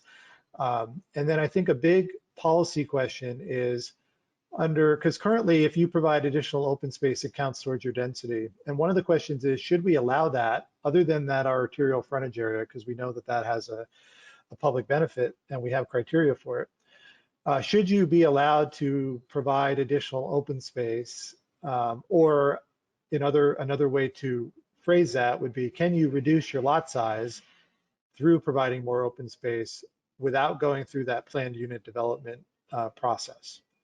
And there's sort of two ways to approach this. We could develop criteria around open space and analyzing what public benefit might look like through the base process. And then we could sort of amp that up to some degree or modify it in some way through the planned unit development process. And so that's a big, I think, policy question to think about. Hopefully that wasn't too confusing what I just described, and I'm happy to try to clarify that when we get into the discussion. And so this, someone brought up earlier the question, around what is the planned unit development code and how does it relate? And we had showed you an example of the Laurels development last time. And this is a modified version of that. What we're doing is kind of taking that project, which was a PUD, and I think exemplifies a lot of the characteristics that a PUD has. It's not to say this is the model we want, but it's just an example to kind of show people. And we've kind of taken this and modified it a little bit to be a little bit more consistent with some of our standards and to make it sort of more diagrammatic, and we're still working on it. But I think, so, under a base program where you have a minimum lot size, this might be mostly built out with your individual parcels and buildings. You might, again, under the base program, have some area here along your arterial frontage that you're required to have, and you can reduce your lot size a little bit because you're counting this towards your density. But anything beyond that, you'd have to utilize this PUD project. And so here you would look at, okay, well, they're proposing a bunch of open space. So what is the public benefit? And you might say, well, here along the edge, they've left this kind of nice forested buffer. That's a benefit, I think, both visually for the community and for abutters, but also for the neighborhood itself. They've added this stormwater pond, which has got some natural features and a nice visual amenity. They provided some open space and trails. This is a trail that we've shown here. They provided some street connections, and the trade-off for all of this public space, and this could be private recreation space, it could be a public trail connection, it could be a public park, would be the process of determining, well, is this a good trade-off? Are we okay with these smaller lots and seemingly, closer together buildings with smaller setbacks because we're getting this benefit of this open space? And I think right now there isn't really a process to have that discussion. It's sort of up to the developer to decide. We want to preserve this patch of trees and we're reducing our lots and we're entitled to do that. And there really isn't this discussion for what the public benefit is or the community benefit for doing that. And I think, so that's, I think, the issue is, how do we set the base program to get something that's predictable and in line with what the community wants? And then how can we sort of up our game, so to speak, in the planned unit development process to allow for some creativity, but also some criteria to make sure we're not just allowing flexibility without clear public benefit. Okay, moving on. So now we are going to walk through mainly the single family, the lower density zones, and talk through sort of what an FAR standard would look like. So first, this is the R1 zone. Standard lot size is obviously an acre, and this is one of our examples. I think this was from the tree farm, which people like a lot. This is actually only a half-acre lot, so it's not even a whole acre. But you can see it's got some nice qualities. Obviously, it's very wooded.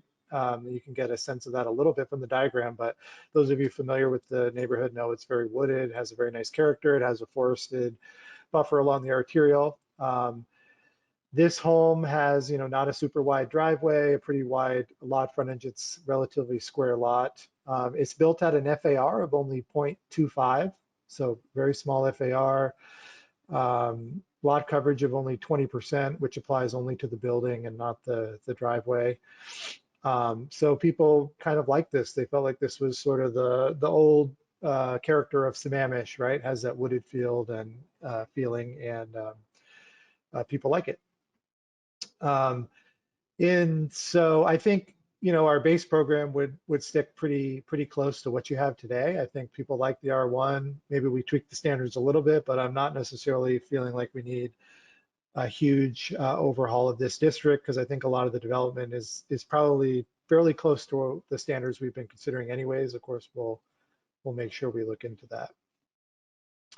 The R4 district is I believe the largest district in the city land area wise. So you can see the areas highlighted in yellow. And then, there's kind of a mixed bag. These were some of the existing examples we presented. So again, this sort of aggregation of lot frontages with driveways creates awkward spaces for on-street parking. The homes are very big relative to the lot size. This ones are getting up to an FAR of 0.6.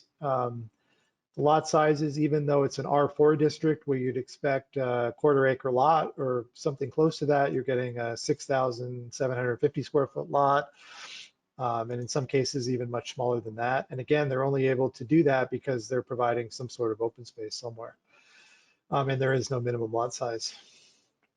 Driveway frontages are a significant portion of the frontage, creates a lot of potential conflicts between pedestrians and driveways because of the concentration of those driveways. This was another example. I think this was from Tamarack, so a bit larger lot, 12,000 square feet. Even though the driveway kind of flares out, it's still not quite as overwhelming along the frontage as those other examples. Again, the FAR is still pretty low at 0.25 and relatively low lot coverage. And the bigger lots afford you the ability to have, significant mature trees that could be preserved on the lot. So you don't just necessarily have to have one parcel that's all the preserved trees and everything on the lots gets torn down because there's really nowhere to do construction activities because your house is so big on your lot. So this allows for maybe, I think, more of that Sammamish character, which is, really very, very treed and very kind of forest looking. This would be, these diagrams demonstrate kind of the new standards that we've been thinking at a very high level, kind of diagrammatic take on that. And so what we've done for each district is create what we would call like a standard lot, right? So if you're in the R4 district, what's about a 1/4 acre lot? And that would be a little bit more than 10,000, but just to keep things simple, we took a 10,000 square foot lot. And we created two scenarios. One is a scenario where the width of the lot is about half of the length of the lot. So it's basically a narrower lot at the street level, at your street frontage. And then the other scenario is essentially a square lot. And so we're going to show those in two formats. What we've said is the main house can be an FAR of 0.5. So, and that will include the garage. Mainly because the FAR is a controller of the bulk and scale, and so the garage is a significant part of that. In this case, with the main house and the garage, you can still get 4,500 square feet, so a significant amount of building area. Sorry, this main house should say 4,000 square feet. The city allows a ADU of 1,000 square feet. And one of the really interesting things with having a larger lot is you could it allows for the eventual addition of an ADU. So one of the things you could require if there was an interest in promoting ADUs to say that when you develop your site plan, you have to show that it's forward compatible for an ADU, that there's space for it. And so the larger lots would afford that. There's a lot of new developments that you could do an ADU within the existing building envelope, but there is not space to do an ADU elsewhere on the lot. So the larger lots do afford some flexibility, and a couple of things we've talked about tonight: ADUs, stormwater. You notice there's a lot more green area on that site to help deal with stormwater impacts, and then the ability to preserve trees actually on the individual lots themselves. Another way to do it is for the larger lots, you could actually have a tree buffer that's part of these individual lots, but maybe runs the whole length of a block through an easement. And those are like protected. They add privacy for the homeowners. They have an environmental benefit, a sound attenuation and light spillover sort of prevention benefit. So there's definitely some more flexibility that's afforded, but the trade-off is in this scenario, you're not getting, in some cases, that open space. You are getting your required recreation space because that's a requirement, but you're not necessarily getting that other open space. So this is the other example with the square lot. And again, you tend to get a longer profile building. The other thing this larger lots would allow is someone could build maybe a 1-story home or a combination of a 2 to 1-story home. It does give you some flexibility around that. Still does allow the ability to have a detached ADU if you wanted that, or you could attach it. Again, because it's a square lot, the frontage is wider, so your driveway is a much less portion of your frontage. You have areas for on-street parking and things like that. You could have areas for significant trees in the front. The city's dynamic setbacks, I think, work fine with these scenarios. So at least at this point, I'm not feeling like there's going to need to be changes there. And certainly okay on the lot coverage requirements, which apply to just the buildings, the areas in white. The R6 district now, so those are the areas of R6 kind of scattered throughout different nodes within the city. These are some of the existing, this is one of the existing examples. So this is now down to a 5,000 square foot lot, where again, a traditional base lot would be around 7,000 square feet. You get to a floor to area ratio of 0.7, so 0.2 higher than we've been talking about.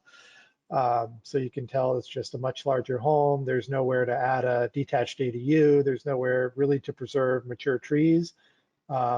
Certainly during the construction process with the construction equipment and activities, and a much higher lot coverage, at least in this example of 50%, and maybe this predated some of the city's existing standards. And then you have that pretty wide driveway of 30 feet, which sort of overwhelms the frontage of the lot.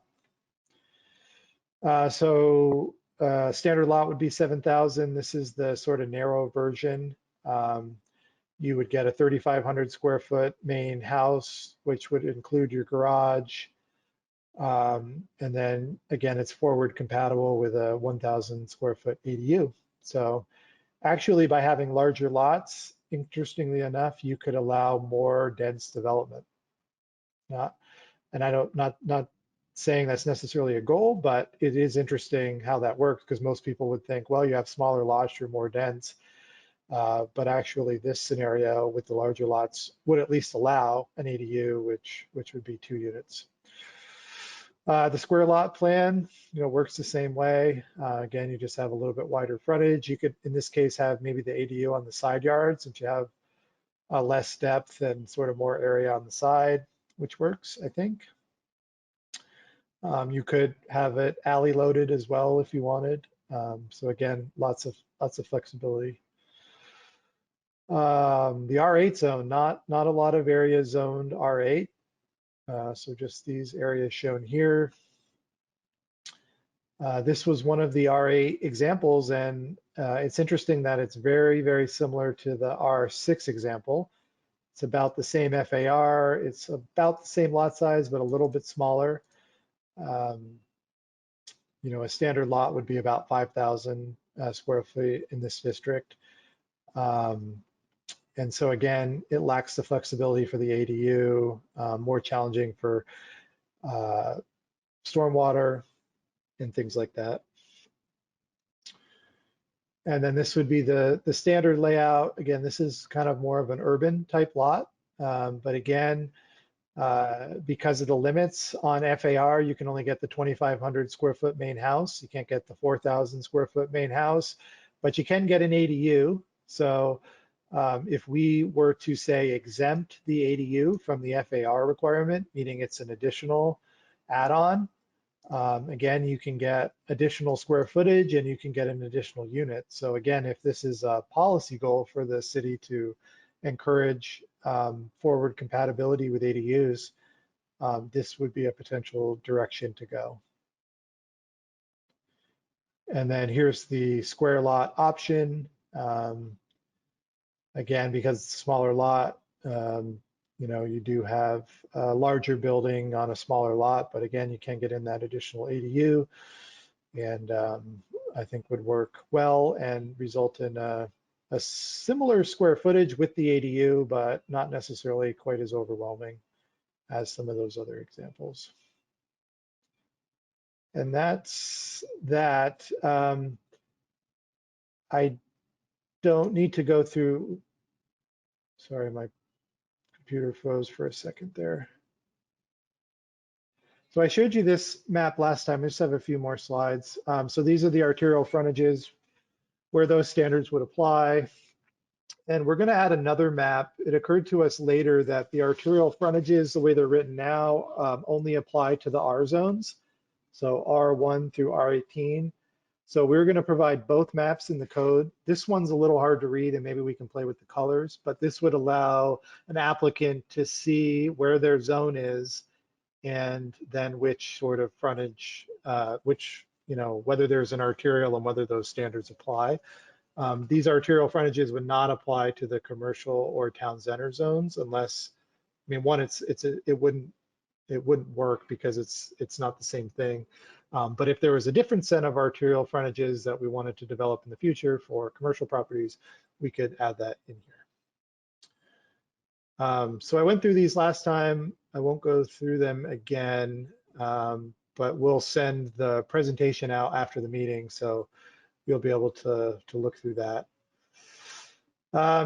Just a brief last few slides. Just a brief update on the Unified Development Code. Again, we have a detailed outline that'll be finished this week, and we'll be able to present to you in June. This is kind of the branding and logo we have currently going. We changed the tagline from City Code to Development Code. Maybe we come up with some cool name for it, but this is what we have right now, and it can work in black and white and in color as well. We have a whole series of colors that we're going to use in the document for the code, and a series of fonts and headers. So everything is super consistent, look and feel, easy to navigate, and hopefully someday could perhaps even become a website, which could improve usability and allow for the integration of some other features and link content. And then refresher, this is the Unified Development Code kind of outline. There's several sections that we're just kind of renumbering and inputting, like the Town Center Code, Public Works, and Building and Construction. They will be there in the code for future updates if there are those, but this is kind of the main segments. We'll have land use and zoning districts and some new graphics to support the standards for the R zones. This new section on environment and sustainability, which will incorporate critical areas, surface or stormwater runoff, and things like that. The neighborhood design section we went over, and then 2140 is a lot of the content that's in 21A right now, dealing with kind of your development standards. And we've renamed that a little bit from what it is now. And then I think we went through these already, but these are some of the additional diagrams that we're going to add into the code that'll illustrate things like setbacks and lot coverage and things like that. So that's where we're at. So that's the presentation, and I'll pause there and turn it back over to Chair Bachman for discussion and questions. All right. Excuse me. Anybody have comments or questions about all of that? I think it's fair to say we're going to go through all of that stuff again in the future, but this is a bit of a preview of what, and reminder as this kind of goes on for a long time of what we're working towards. Yeah, and when we give you a giant Word document with code, hopefully this will help you navigate. And of course, we'll go through that document at the next meeting as well. But yeah, so happy to go to any slides we need to talk about. I just have a terminology question real quick. Sure. Are we using the term zoning districts now? I don't recall seeing the word districts before, or it could be just that I missed it. Is that a standard phrase to be used, or is that something new?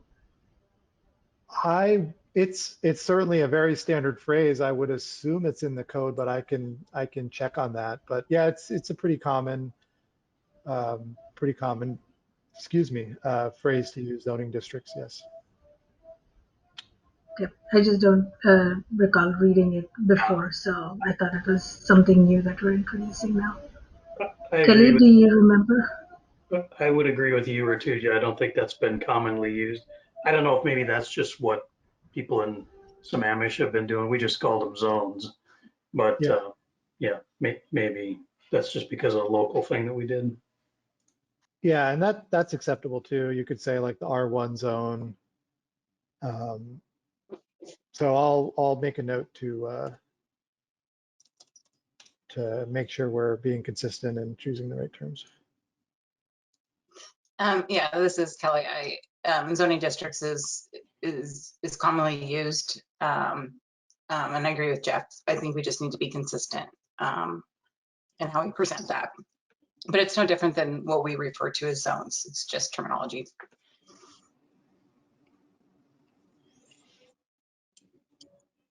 Jeff, since you have that slide right there up, I wanted to just kind of make a comment about that. I think the slide itself actually does a good job of this. I would just encourage that we make sure when we discuss it that we do the same. And that is the policy question is not an either or. To me, at least, I'll use the term that David Powell always likes to use, it's a dial. So that it's not we either get gigantic houses on little tiny lots as what appears super dense, and then we get open space, or we get no open space and we get houses on 1 acre lots or whatever, right? The question is more about where should we set that dial to determine how much, as you described it later, open space is a value to the city and to the community versus the apparent density that you see as a result. And I think part of the issue in the community has been too much of that. But we shouldn't be throwing the phrase, the baby out with the bathwater. We shouldn't be, saying, oh, we don't want to do the net density and keeping some open space anymore because that's all bad. We just need to set the dial where the community agrees it's more appropriate. That's at least my perception of it. I think your slides show that. I just want to make sure that when we talk about it, we talk about that clearly. Yeah, I completely agree with you. In fact, the way that the draft code is written right now, there are allowances and criteria for open space in the base code standards, right? And you can really look at that issue two ways, right? I mean, on the one hand, you could ratchet down the base program in the hopes that most people go into the planned unit development, right? Because, there's a lot of potential benefits through that process, right? But on the flip side, if they don't, you kind of know what you're going to get. And,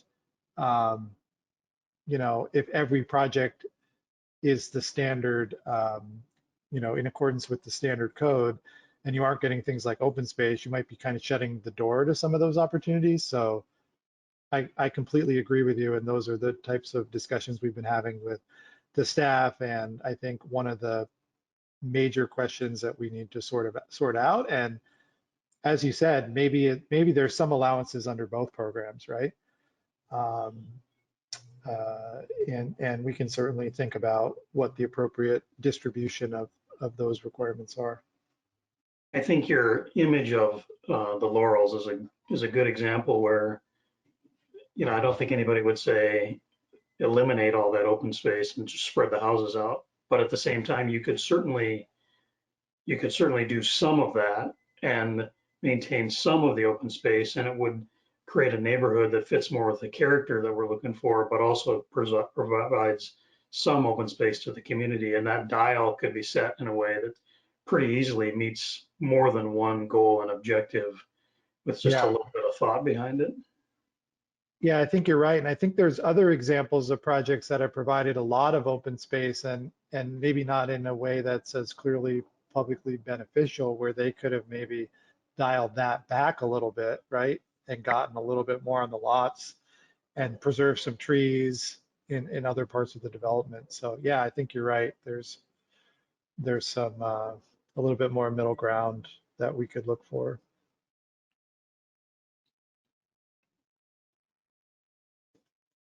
On that open space question, I think the Laurels is an example. I don't know if this is part of their open space calculation, but a portion of that is wetland. And last time we looked at Highcroft, and a portion of that was an extremely steep slope, and that was counted towards their open space calculation. I think it's important that when we calculate open space, they don't get to use land that they weren't going to be able to use anyway for development and call it open space and a public benefit. I think we need to be careful in the code to make sure that that's clearly defined. Yep. So they don't get to double dip. Yeah, so the wetland areas don't count towards your density already. The steep slope one is an interesting one because the steep slope areas don't, I believe, at least some of the geohazard areas do not get deducted from your do not get deducted from your density.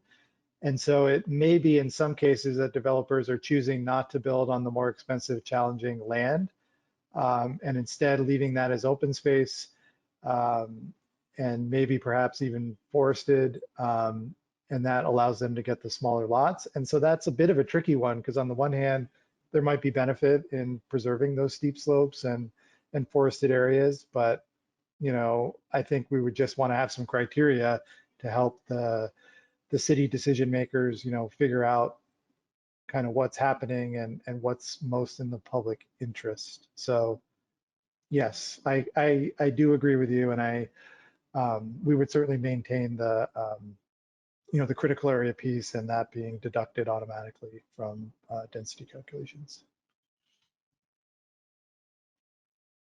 Good comment. Okay, anybody else have comments or questions? Looks like nobody, Jeff. Okay. Well, we will send the presentation out. So I've already sent it to Jackie. And so that can be made available and I believe posted on the city's website for the public as well. And we will try to get, since there's a lot of code that we're going to be sending to you for the next meeting, we'll try to get that out maybe more in advance than just the week. And much of that is already drafted, so maybe we could even send some of it out in batches, so you're not overwhelmed. And certainly, if commissioners have questions, thoughts, ideas, feel free to send those to us through the city, and look forward to being able to present the draft materials to you at the next meeting. So thank you. Thanks, Jeff. All right, next on our agenda, we move to public comment, agenda-related public comment. So Jackie, can you read the statement as it's modified for this meeting, and then we can do our agenda public comment? Yes, I can. Thank you. Pursuant to the Governor's Emergency Proclamation 20-25, the city is unable to provide an in-person location for the public to listen to the virtual Planning Commission meeting this evening. Meetings are still accessible to the public and public comment can be submitted. If you're watching the recorded version of this, we did have some technical difficulties tonight, so we have extended the deadline for written public comment to May 10th at 5 p.m. That's Monday, May 10th. So if you'd like to submit written public comment, please email planningcommission@sammamish.us. We do have 2 callers on the line, so I will go ahead and unmute the first caller to begin your agenda public comment. Go ahead whenever you're ready. Hi, this is Mary Wichter, and I live at 408 208th Avenue Northeast in Sammamish, Washington. Great meeting, good comments and thoughts from people. Wanted to talk about a few things on here, particularly with regard to the items, the topic items for the development regs phase 2.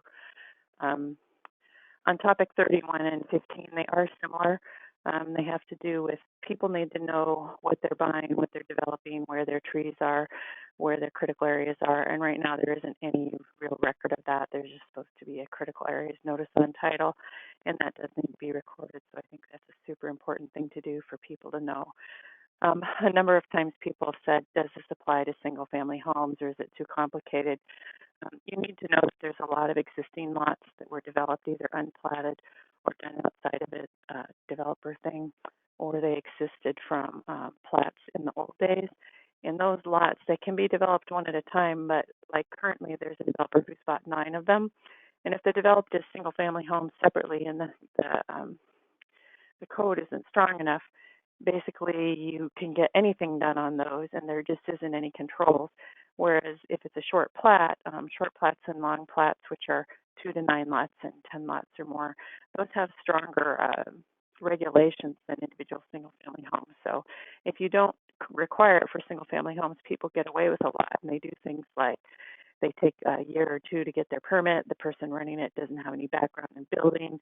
The first day they get turned on during the dry season, they go out there, they haven't tagged their trees, they take too many, they clear and grade the wrong thing, they put the porta potty on the neighbors, they have no idea where to park the truck, they haven't thought, there's just a lot of things they haven't thought through. So 15 and 31 are totally essential, and I'm glad that Mark Boffin spoke towards construction management planning, that it really does need to get done, because it honestly does cost you, like Mike Bresco had said, a lot more later on if you kind of screw it up in the beginning. So the better educated and the better performing people that we have, the better. I really like the Florida area ratio designs. I'm not exactly sure my brain understands how the numbers work, but I think that will solve a lot of the problems. I'm glad to see that Jeff is putting that down. I think the policy questions that are getting asked are really good to think about, like where the dials are setting, where the levers go. I think that ADUs should be encouraged, but there's places they shouldn't be. And I think in some of the code, they're not allowing them in Inglewood and Tamarack, which are the older existing historic plats where they shouldn't be anyway.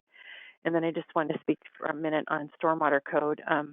When stormwater occurred in 2016, the city had to update from 1998 and 2009 code. They were using 2009 codes for an acre or more, and they were using 1998 code for an acre or less. And that meant that if you had a house in a single family home less than an acre, you could get up to 5,000 square feet of impervious surface without any drainage review. And that really caused a lot of problems and a lot of the issues that we have. But the city was forced to go to the new codes, which had to be equivalent with ecology. So they adopted the 2016 King County Surface Water Design Manual. And that the manual is over 1,100 pages. The current city stormwater addendum that goes on top of that, I believe, is just 38 pages. So it's not the intent and should not be the intent that we would rewrite the low impact development code or rewrite all the stormwater code, because King County has done it for years and years. In fact, ecology used to use the King County manual before they had their own. So we don't want to do that. But with low impact development is where you try to let water fall where it can be, and it can go through the vegetation, the soils, and the trees would intercept the water so it doesn't even make it to the ground. And you can do that a lot of places, and it should be done 100% everywhere that it can be, and it should be the first thing tried, whether it's an individual home or a development of short plats or long plats or major subdivisions with houses on them. The problem is if you don't maintain the vegetation, if you cut too much, if you do too much grading and you don't keep the vegetation, it doesn't work. And it's really important that you look at the soils, because we've got a lot of till soils, and till is like hard. It's like bedrock, and water doesn't go through it. So you literally can't just design for low impact development or LID and expect it to work. So there's a lot of places it's infeasible, and infeasible is not an excuse. It's a technical term. Like if you're in a steep slope or landslide hazard area, it is infeasible to use any of the infiltrating low impact development as clarified by the King County manual. And I was a little bit concerned. I love all of the stuff that Jeff, the consultant, is doing, but I was a little bit concerned when we were talking about, hey, with the stormwater stuff, let's just require all the big stuff to keep their stormwater on site. It sounds really cool, but stormwater doesn't always stay on one site. In fact, if you make all the larger developments keep their stormwater on site, you're going to have the problems that water that used to make it to trees isn't going to make it anymore, and trees are going to start dying.